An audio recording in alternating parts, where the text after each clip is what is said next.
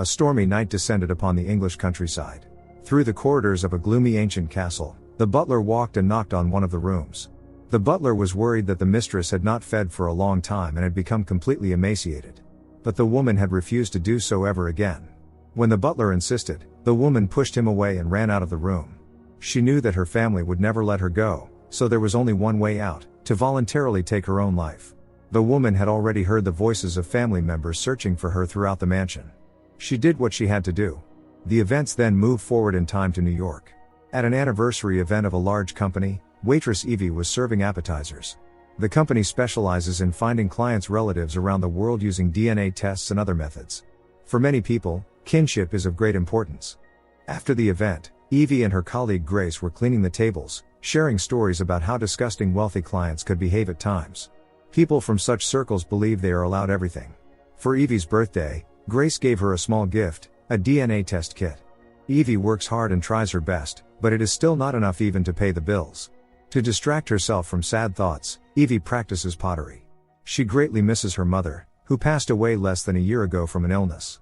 Evie decided to use the DNA test, hoping to find relatives she never knew existed. Right now Evie feels lonelier than ever. In the morning, Evie sent the samples to the laboratory and received the results by evening. She has a cousin in London, Oliver, and he wants to meet his newly discovered relative. Although Grace did not think it was a good idea, Evie was determined to accept the invitation. She dreams of finding the family she doesn't have. Soon they met in a restaurant. Oliver had come to New York on business related to real estate. Oliver asked his cousin to tell him about herself. Evie shared that she was trying to earn a master's degree in arts but currently worked as a freelancer in banquet service. Evie's father died when she was 14, and her mother, several months ago after a prolonged battle with cancer. Oliver expressed his condolences, telling his relative that she had unwittingly become part of a family scandal. Once her great-great-grandmother had an affair with a black footman before the wedding. That was how Evie's grandfather was born. Oliver also confessed to Evie that he had told the whole family about her. In a few weeks, their cousin Martin would be marrying a girl named Cecile, and Evie was also invited to the wedding, which would take place in an English village. Hearing this, Evie was shocked. She could not afford the trip, but Oliver offered to cover all expenses. All the relatives were eager to meet her. In the end Evie agreed. After all, this was exactly what her mother had wanted, to find her roots. Immediately after the flight, Evie called Grace, telling her she was preparing to meet the family. Grace wished Evie good luck. At the airport she was met by Oliver, and they drove together to the DeVille family estate. Oliver's and Evie's family would arrive over the weekend, for the wedding celebration. Seeing the luxurious DeVille mansion, Evie was delighted. A whole swarm of maids would serve the guests and hosts. Evie had never seen such luxury before. Captivated by the surroundings, she accidentally bumped into one of the maids, who dropped and broke some glasses. Mr. Field, the butler, ordered the maids to hurry up, as important guests would arrive any minute. He did not tolerate irresponsible behavior from the junior staff and saw no reason to be polite with them, which outraged Evie. Finally, the young owner of the estate, Walter DeVille, greeted the girl. Evie was instantly charmed by his manners and attractive appearance. Mr. Field offered to help Evie carry her belongings and showed her the estate. She was free to walk anywhere except the library, which was under renovation. Evie was even assigned a personal maid, Mrs. Swift. The room was prepared as if for a royal personage, but Evie was embarrassed by the bars on the windows.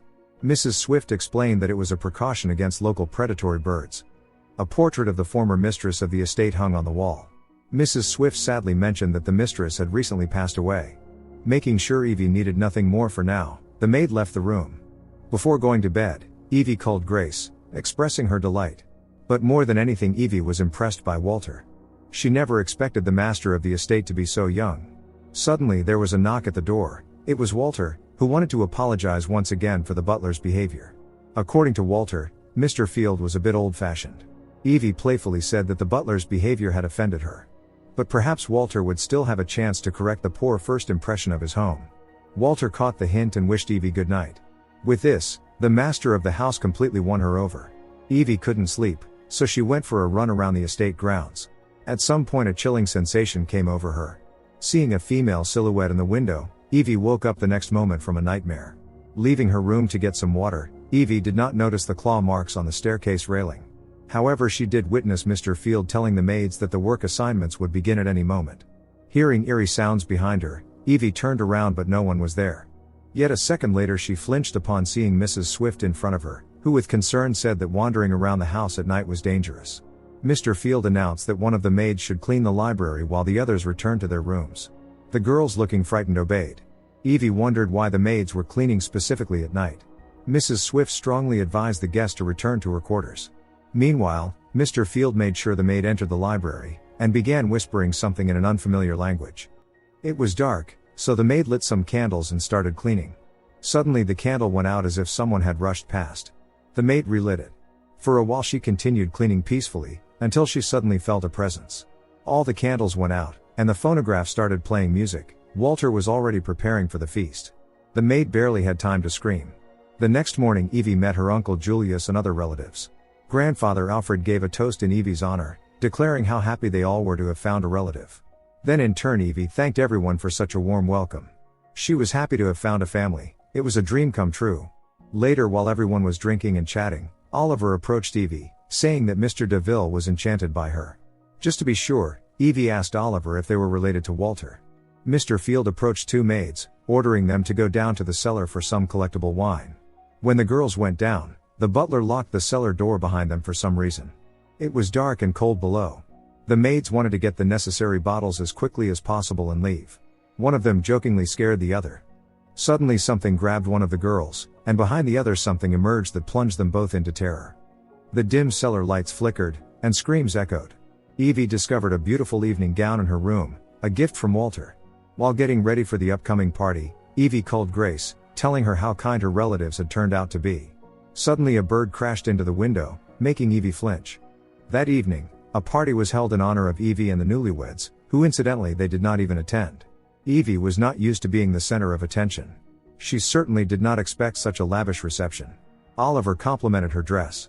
At that moment the butler officially introduced the bridesmaids, Victoria and Lucy. The stunning-looking girls approached Evie to introduce themselves personally. But it was obvious that their politeness was fake. Their families had been serving the DeVille for centuries. Unlike Victoria, Lucy was not as hostile. Evie preferred to ignore Victoria's venomous remarks about her and went to get more champagne. Lucy decided to join her, saying that she had always dreamed of visiting New York. The girls had a rather pleasant conversation.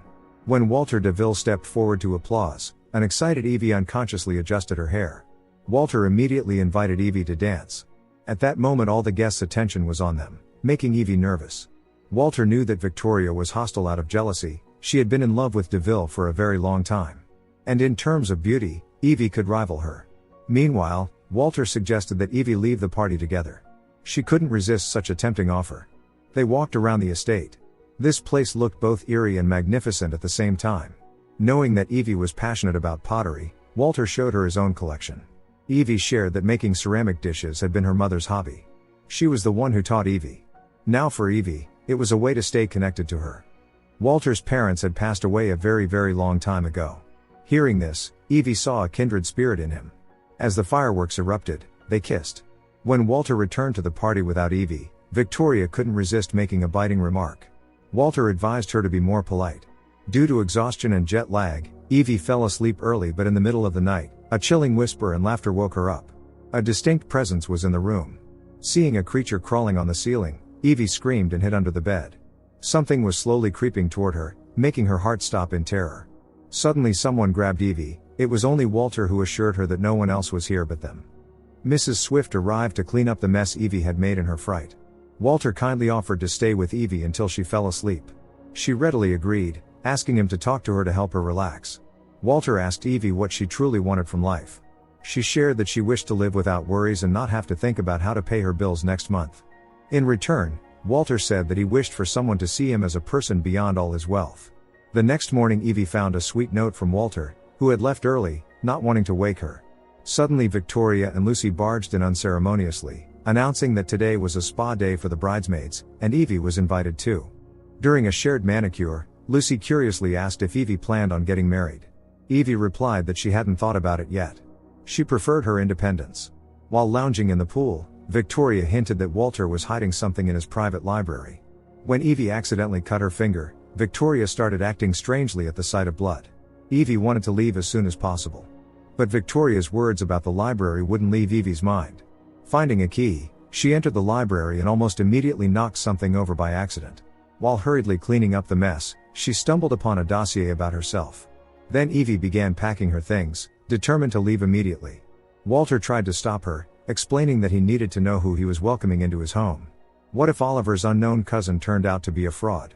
This somewhat tempered Evie's anger, though she felt it would have been better if he had just asked her directly.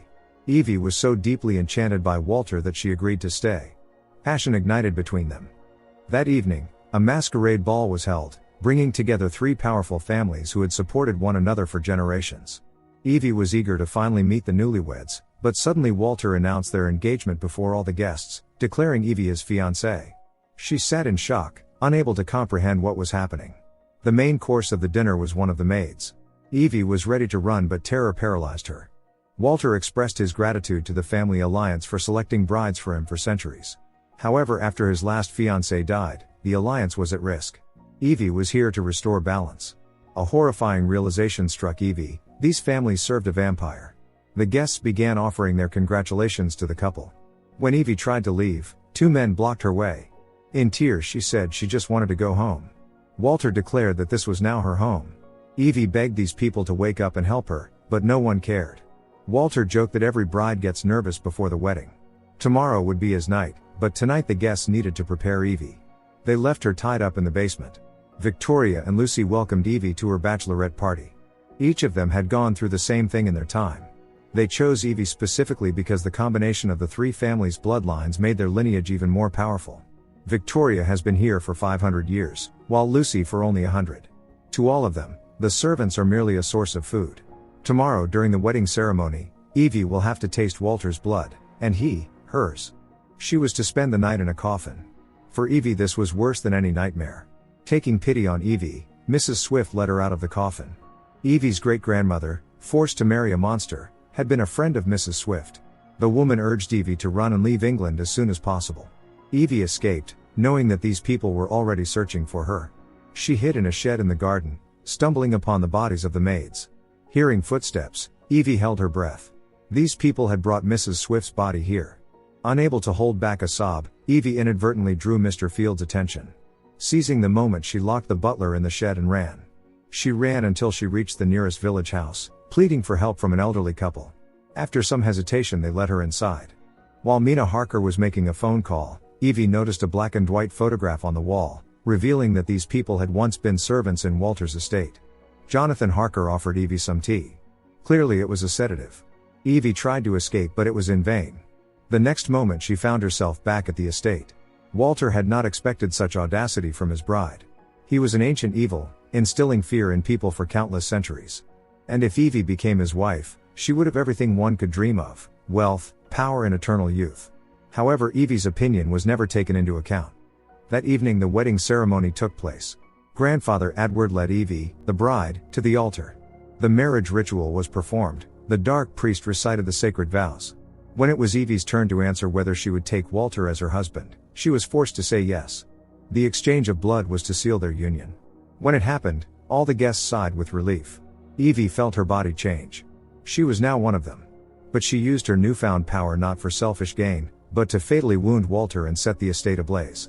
In the ensuing chaos, Evie freed a maid named Diana, who was meant to be sacrificed, and let her out. However, Victoria caught up with them, determined to avenge Walter. The maid tried to stop the vampire from harming Evie, but Victoria was too strong.